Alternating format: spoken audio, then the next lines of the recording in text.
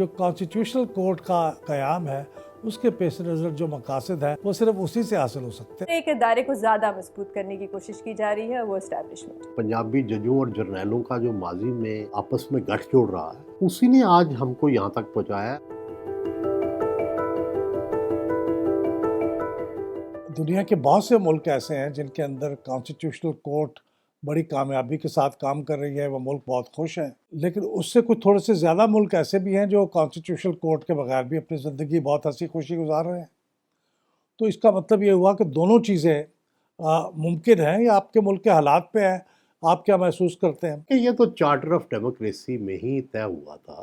तो उन्होंने ये फैसला किया था कि दो अदालतें हों, एक सुप्रीम कोर्ट जो नॉर्मल प्रोसीजर चले, और एक आइनी अदालत हो जिसमें चंद ये फैसले जो हैं वो हों और उसमें सीनियर तरीन जजेस जाएं, ताकि तो मेरा ख्याल है कि आइनी अदालत बनाने में तो किसी को भी एतराज़ नहीं है।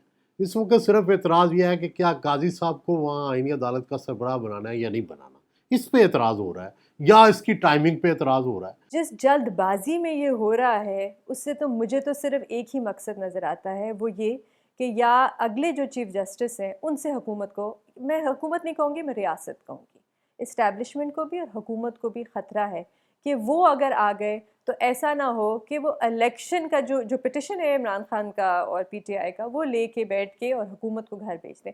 तो मुझे तो यही इसकी वजह लगती है कि या तो अगले चीफ़ जस्टिस को आपने चीफ़ जस्टिस नहीं बनने देना, या अगर वो बनेंगे भी सुप्रीम कोर्ट के चीफ जस्टिस तो आपने उनको ऐसी अदालत देनी है जिसके कोई खास इख्तियारात नहीं हो।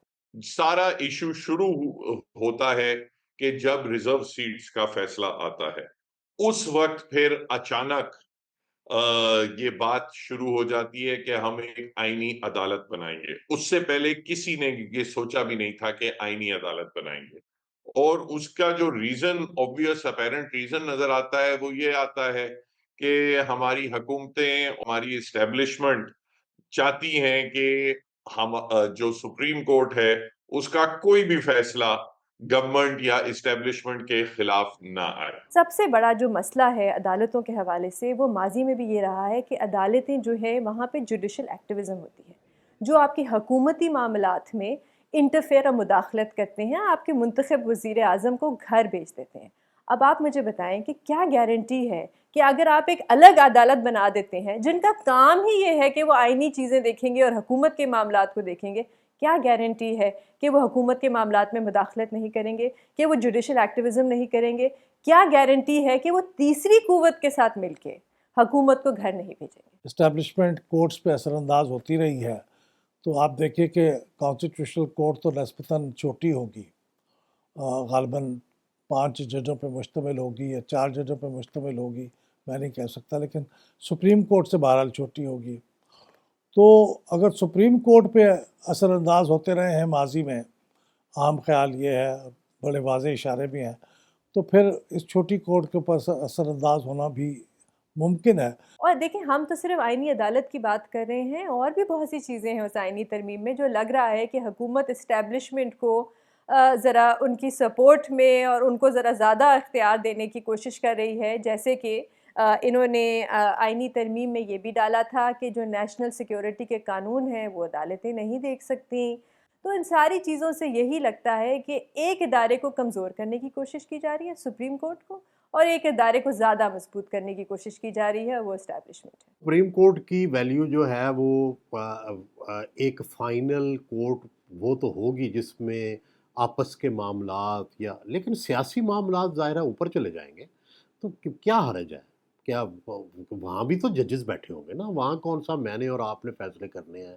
लेकिन मैं यहाँ ये भी अर्ज़ करना चाहता हूँ कि जजेस की जो सिलेक्शन का तरीक़ेकार है वो भी ठीक नहीं है। एक ही लॉबी के लोग हैं, एक चंद उसी तरह के लोग हैं जो बार बार आते हैं। आपने चंद लाहौर के लोग हैं जो सारे मुल्क के वज़ीर आज़म को फांसी दे देते हैं या उनको छोड़ देते हैं। अगर आपने जेन्युइनली ट्रांसपेरेंट कोई रिफॉर्म करने हैं इन द अपॉइंटमेंट ऑफ जजेस, तो उस पे बात की जा सकती है, मगर अभी जो आईनी पैकेज है उसमें तो ये कहा गया है कि फेडरल कॉन्स्टिट्यूशनल कोर्ट में हम ये जो जुडिशियल कमीशन है वगैरह वो तो बाद में अमल में लाएंगे। पहले जो सारे जजेस हैं वो वजीर आजम अपॉइंट करेगा। तो the intent behind this legislation is very clear. आइनी तरामीम का जो मसवदा मैंने देखा है उसमें बात शामिल है कि जो जजों की तकर्री का तरीक़ेकार है उसको बेहतर किया जाए, और उसमें जो जुडिशल कमीशन है उसकी भी कंपोजिशन को बदल दिया गया है, पार्लियामेंट्री कमेटी और उसको दोनों को आपस में मिला दिया गया है।